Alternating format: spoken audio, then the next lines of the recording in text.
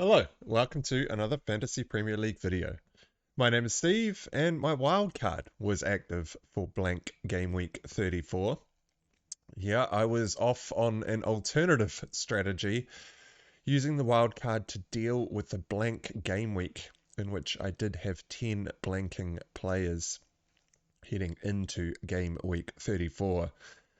Now, there were a few key difficulties with deploying the wildcard in the blank.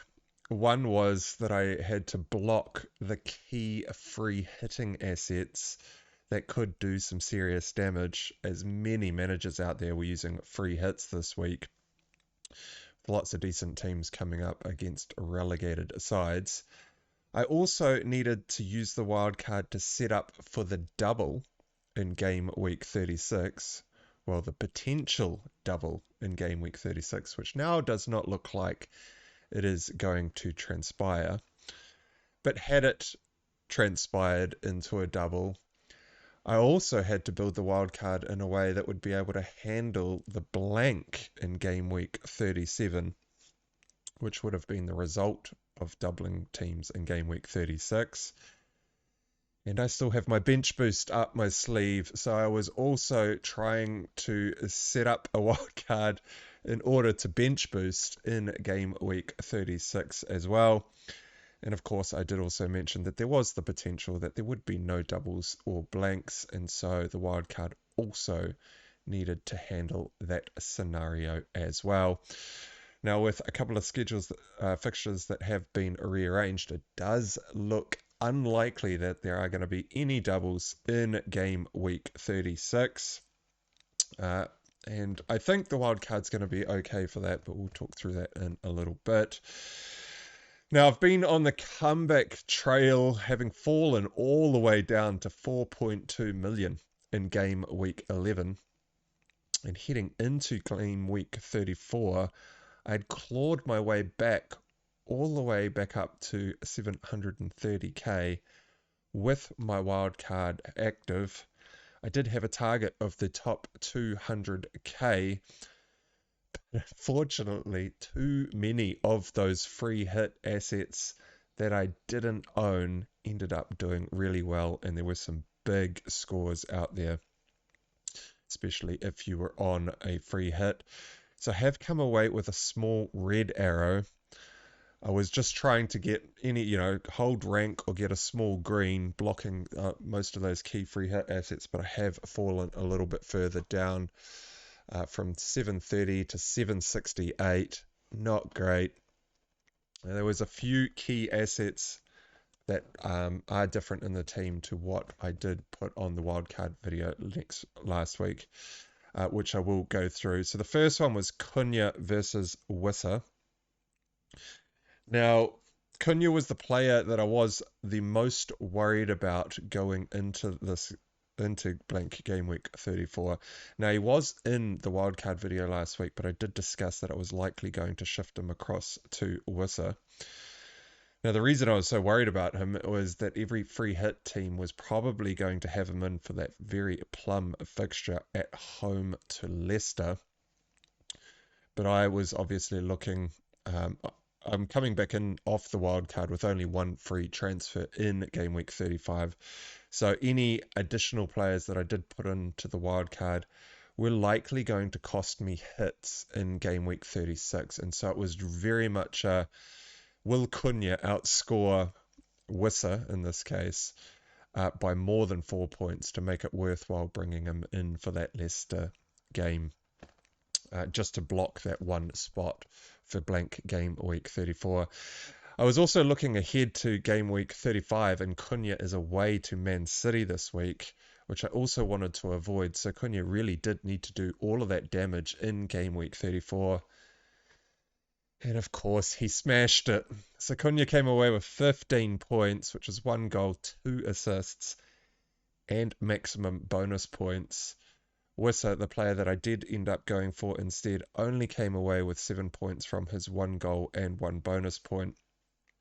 So even if we did include a hit, so if I had have just gone with Cunha and taken him out this week, even for a hit, Cunha would have outscored Wissa by 4 points. So it does look like I needed to be more aggressive buying Cunha and booking in a future hit. That last assist from Cunha really was the nail in the coffin. If he didn't get that, it would have been same for same in terms of overall points. But that final assist that he pulled through did cause me a bit of damage. Another couple of key players that are different to what was in the video last week. So I did have Sells and Martinez as the two goalkeepers that I was still debating between on the wildcard in my video last week. They were still positions that were very much up in the air. Now, Kanji FPL recommended that I take a look at Kepa and Pickford for a rotation pairing, which once I did have a look at that, I jumped all over. Now, the rotation was in blank game week 34, I could play Kepa at home to Manchester United. Manchester United are a team that I am looking to target for the run-in for the rest of the season. You then rotate it to Pickford for a home game against Ipswich. If there was going to be a double in game week 34, the double would have been Kepa at home to Aston Villa and away to Man City. So not the best double, but it is still a double. And I would have had Pickford on the bench away to Fulham with my bench boost active, which was about the best combination of goalkeepers that you could probably ask for in that double. Then in blank game week 37, I had a plum fixture at home to Southampton for Pickford, who would have actually had a game while Kepa was blanking. And then for the final game of the season, you've got Leicester at home.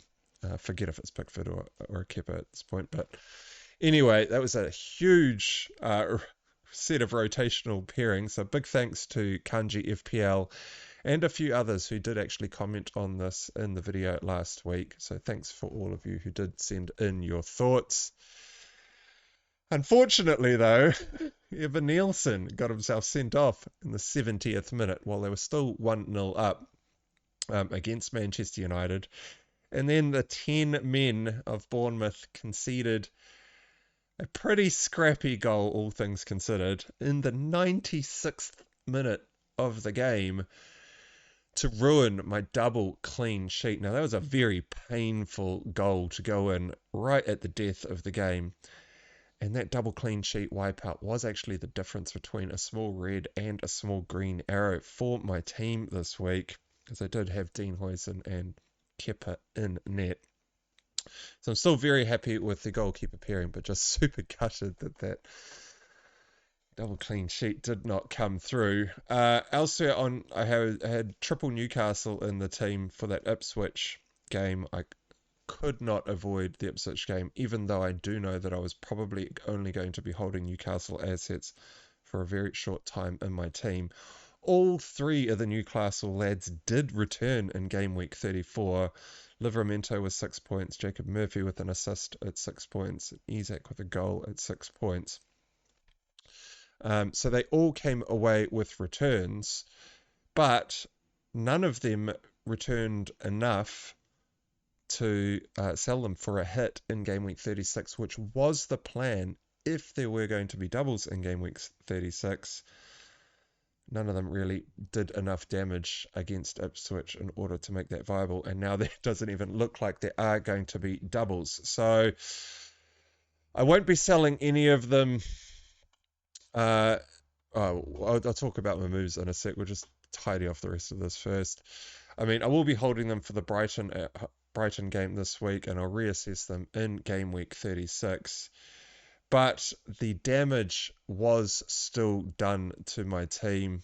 I mean, Aitnori pulled in some massive points. I'm glad I had him on the wild card, and Boomo had a great chance to score in that game. He didn't convert his chance. Now everyone's buying Mbumo into their teams, and so I'm not going to pick up any real decent rank gains from that. Clivett blanked. Wood didn't really get too many chances. He blanked. But otherwise, it was a relatively solid week. It was just that the free hit assets did so well in game week 34. So many managers went with Trippier as he was the differential over someone like Livramento. Trippier came away with 15 points. If you went for Sessegnon playing out of position, who wasn't out of the position for the game, but still came away with 11 points anyways. I think he scored a goal in that match. Cunha, who I already mentioned, who I went against, came away with 15 points. Luis Diaz was popular on free hit. He got 7 points. And I mean, even those of you who were lucky enough to go with Jose Sa as a Sa and 8 Nori partnership, who got the penalty save, who I'm obviously very happy about because it helped boost 8 Nori's points in my team. But he came away with 12 points. I mean, there were so many good, obvious options on free hit that all did very, very well. And I couldn't put most of these players in on the wild card, so there weren't really viable options for me in blank game week 34. Pretty frustrating, all things considered. So I was heading into game week 34, I was 65 points off 200k, which was my target, and a pretty lofty target at that, coming all the way back from 4.2 million. I'm now 90 points away from 200k, and it is looking pretty slim that I'm going to get there in the last, what do we got, 4 game weeks? 35, 36, 37, 38, yeah. 4 game weeks to go. 90 points to claw back to get to 200k. Still, we will obviously still be fighting on, and hopefully my wildcard team is much better set up for the run-in compared to a lot of managers coming back to their old teams that they'll be getting back after their free hits. But there is still a lot to do, so hopefully I've got enough differentials in my squad to start. I need some massive points this week, to be honest. I still also do have my bench boost up my sleeve as well, obviously, which I did build for on the wildcard.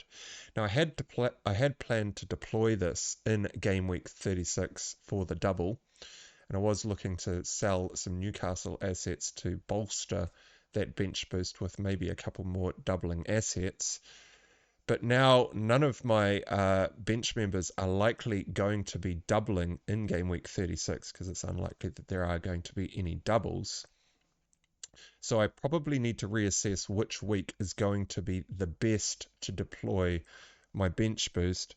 It's probably still going to work out to be game week 36, but because they will all be single game week players now, probably should reassess week to week as that happens.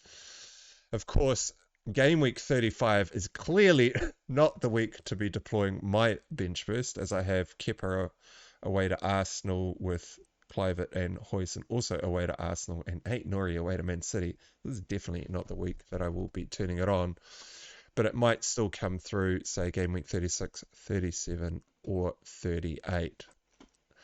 Now, this is the team heading into game week 35. So I have Pickford in net at home to Ipswich. Still got the triple up in Newcastle away to Brighton. It's not the best game, but I do not see a whole bunch of good differential options to go for in game week 35. So I think I'm just going to roll with my Newcastle assets away to Brighton and reassess in game week 34.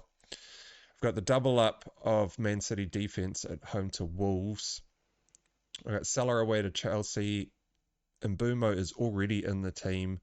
He's there alongside Wissa at home to Manchester United, which I mentioned is a team that I am trying to target on the run-in. I've got Rodgers in there at home to Fulham. Wood up front away to Crystal Palace. He is a bit of a differential at the moment. And that is pretty much how the team rounds out. Now, I only have one free transfer coming back into game week 35, but I do have a whopping 6.9 million left in the bank, and I did leave that money there in case I wanted to go from Isak straight up to Haaland if Haaland managed to make some sort of miraculous comeback before that potential double in game week 36. Sounds like he's back in training. He's probably not going to start this week. We'll see what happens and whether or not Haaland is going to be the differential that I end up going for that final run-in to game week 38. But it is looking less likely that Haaland is going to make his way into the team. So I'm probably going to need to decide what to do with that 6.9 million next week in game week 36, especially if I am looking to turn the bench boost on that week. So for game week 35, it is a pretty easy decision just to bank the transfer, see what comes out of the fixtures in game week 35 and what options are available to us in game week 36. Now, captaincy is the only other talking point for game week 35, and I think this is another good week to be going against Salah to hopefully try and gain some rank. Salah's got a tricky game away to Chelsea. Chelsea are still vying for Champions League spots. Plus, I'm pretty sure Liverpool would have celebrated winning the league in some way, so there could be some personally induced fatigue and rotation to some of the players in the Liverpool team. I don't think Salah will be... Salah doesn't drink, so he's probably very unlikely to have any sort of hangover or anything, but who knows what the rest of the team is going to be looking like. Chelsea away is not a great fixture anyway. So my front two candidates are Mbeumo and Isak, and I think it is pretty close between these two. However, like I said, Man United are on my list of teams to target for the run-in. Mbeumo is at home, whereas Isak is away. And I pretty much always prefer going with a midfielder for captaincy over a forward when given a 50-50 chance, because you get the extra point for the goal and any clean sheet points that they might pick up. And who's scoring goals at Manchester United at the moment anyway? So I think it's going to be Mbeumo captain, Isak vice captain. And I really need some differential points in here somewhere. Probably, Murphy and Wissa and Wood are my biggest differentials. Ruben Dias, but he's got literally no goal threat. He's just basically in there to hopefully bank some clean sheets. Maybe a penalty save from Pickford or something like that. I don't know. I need a bit of a miracle to start getting anywhere near to that 200k target. But that is the team heading into game week 35. But all right, well, that wraps up this video. So don't forget to like and subscribe and leave us a comment to tell us what you think. Good luck for the game week. Thanks for watching, and I'll see you all again next time.